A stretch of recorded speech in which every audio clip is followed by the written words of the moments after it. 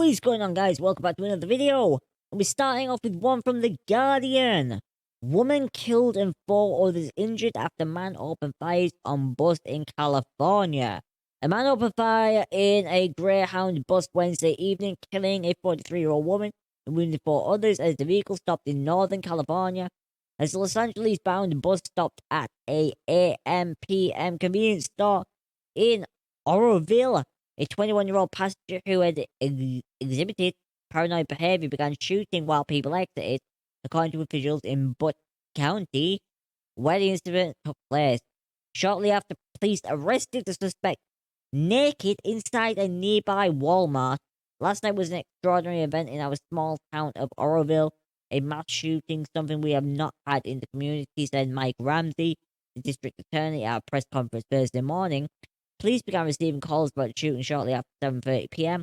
and responded to the chaotic scene within a minute. Officials said of the approximately 25 passengers, 5 people were injured, including a 43-year-old woman who died at the scene, an 11-year-old girl, a 25-year-old woman who was pregnant, and a 30-year-old man and a 32-year-old mum were also injured. At least one of the victims was shot multiple times.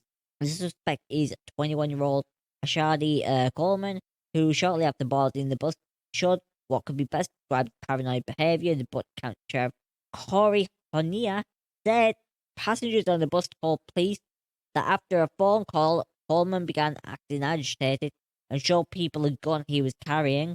And Coleman reportedly suspected one of the passengers on the bus was an undercover police officer, which led to a confrontation, Honia said, before he allegedly began to randomly open fire as people exited, shooting through seats in the windscreen. Damn, that's awful. And obviously people died, and a person died, sorry, and horrific. And another mass shooting, and this comes days after there was, well, not days after, but there's been incidents of trains, cargo on trains getting stolen, and one of the things that was stolen was weapons and handguns and stuff, and obviously that's really, really bad. And just this situation, right? Guns getting into the wrong people's hands and bad things happening, and it needs to be dealt with. It just does. It needs to stop. But the next story is a bad one. I want to put this out here now. I'm telling you this now. The next story is a bad one. So if you have been a victim of child abuse, do not listen to the next story. It is pretty bad. LGBT book ban proponent faces felony child molestation charge in Missouri. A Missouri man who sought to ban several LGBTQ books from schools for depicting sexual content is now facing a felony charge of second-degree child molestation. Ryan Utterbach, a 29-year-old parent from a suburb of Kansas City, also faces a misdemeanor charge of fourth-degree domestic assault, and in a separate case, a misdemeanor of furnishing or attempting to furnish pornographic material to a minor. Utterbach had spoken at a school board meeting in November, as specified by local news, KMBC TV, and ABC affiliates, to advocate for the removal of books in North Kansas City schools' libraries that depicted sexual acts. And during another school board meeting in October, Utterbeck held up a large print of 2 pages from the award-winning graphic memoir, Fun Home, a Family Tragicomique, while a member of a parent association fighting for the ban spoke, arguing that handing that material to children amounts to solicitation of a minor, which is ironic given the fact that the person who was holding up the pictures is now facing charges of child molestation. Accusations against Utterbeck, according to court documents, describe separate instances in 2020 in which he allegedly touched a 12-year-old girl inappropriately, and another one where he rubbed the teenager's leg underneath her jeans. Another case allegedly in 2021 that he showed pornographic video footage to a child starting from when she was around the age of 4 years old. It's absolutely disgusting. He's due in court March 10th. His attorney David Bell declined to comment on the record. Also, North Kansas City Schools District declined to comment.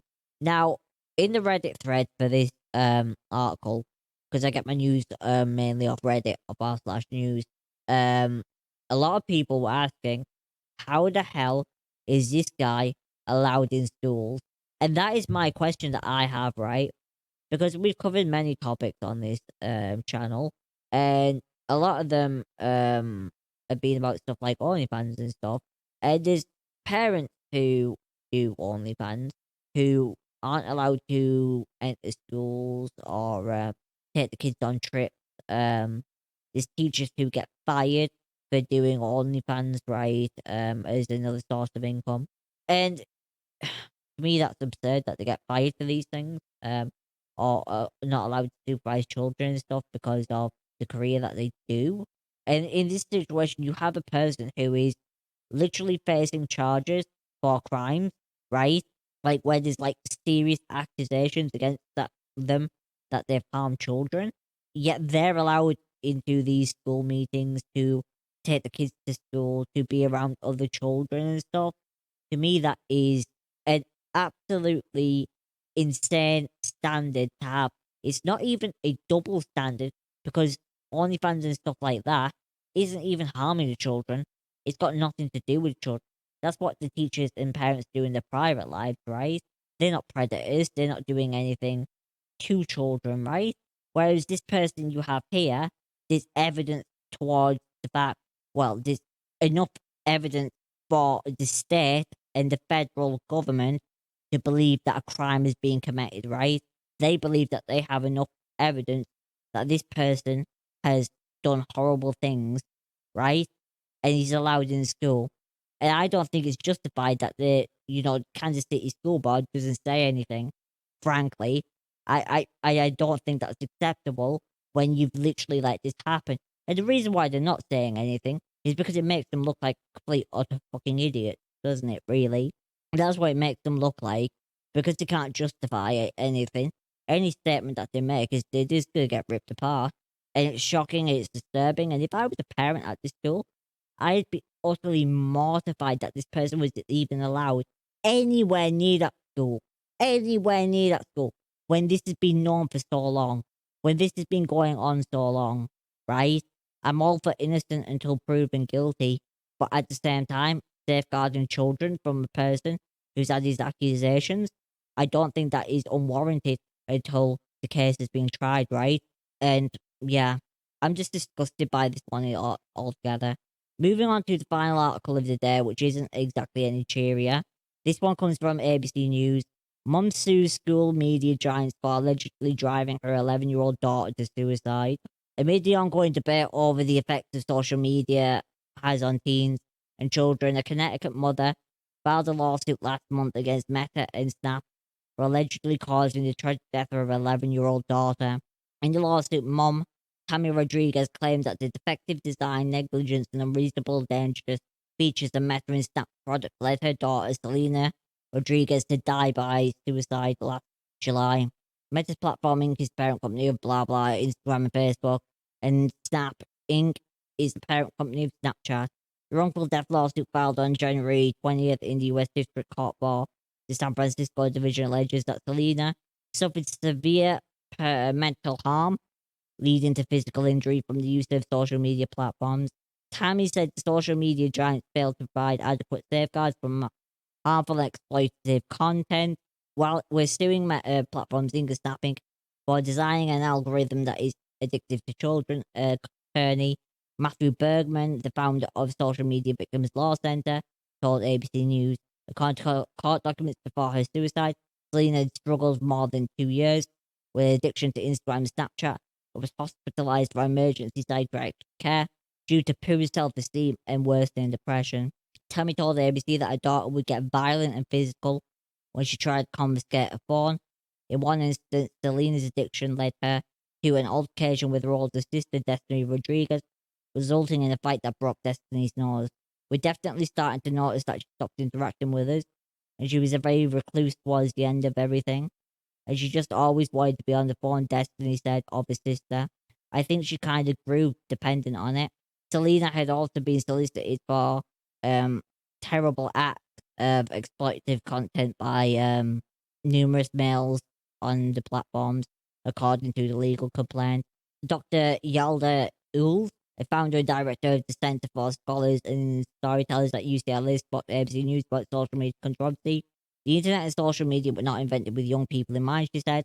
A third of their users in the world are under 18, and so there's a lot of people advocating for child-centered design. Just think about development phases and what is appropriate at each age and stage, and embed that into their design. Honestly, I have many opinions on this. My main opinion is children should not be on the internet. Period. They shouldn't. It should be filtered via an intranet. Schools have intranet that allow that stop students from accessing certain content, and honestly, parents need to do more. I'm not blaming this parent for this, by the way. I also think phone companies need to do more. Honestly, kids should be given devices that are limited in what they can do, extremely limited, and I think that is fair. It should be restricted to kids that are age appropriate. They should not be on these platforms. These platforms are not designed for them. They should not be on them, right? I think that is fair to say. I don't see why anyone would disagree. And as for education and stuff, that should be done through apps as well. Anything a child needs there should be an app for it, right? If you need to learn educational stuff, then there should be a filtered set of resources that provide that child with all the education that they need, right? Yes, the internet's a wonderful thing. You can search many things, you can do many things, and that's great, and that's fine, and that's wonderful. And the internet should remain the same way it is for adults, right? When it's in terms of children and their access to resources, I don't think it is unreasonable to have devices that are limited in scope of what they can access. And I think that is something that needs to come from tech companies.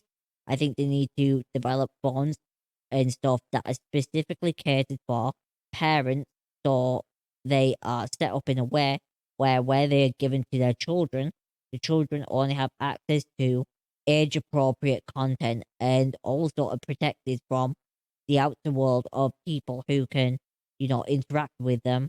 In many ways, it should be an approved system where the parent actually approves who and who cannot contact their child through that phone, right? The only thing that should not be limited on like the device, whether it's a phone or tablet or whatever, is the ability for the child to contact, like emergency services and stuff, or approved, helplines, for children who are victims of abuse and stuff. Those things should be available on there as well by default. But I think the current way things are set up is not appropriate. I think things need to change. I think there needs to be a drastic change with them in regards. I think it is a massive problem that we have. And it's very, very much a parent thing, and it's very, very much a tech platform thing. In terms of like Twitter, Facebook, and stuff, frankly, they don't need to change anything. But the reason they don't need to change anything isn't because there isn't a problem on the platform. It's because kids should not be on the platform in the first place. That's the way I see it. There should be other platforms that kids use that are limited in scope, that are not part or connected to adult platforms, right? There needs to be that segregation, and I think that's just the best way of doing it. Have devices that are limited to specific apps that are catered for children only, apps that are approved by parents that kids can't interact with, right? Parents have to approve it. They have to prove who they can talk to, everything like that. Anyways, guys, I know this episode doesn't mean the most happy one, but as always, guys, like, comment, share, and subscribe. I will see you guys in the next video. Take care. I hope you have a wonderful day, and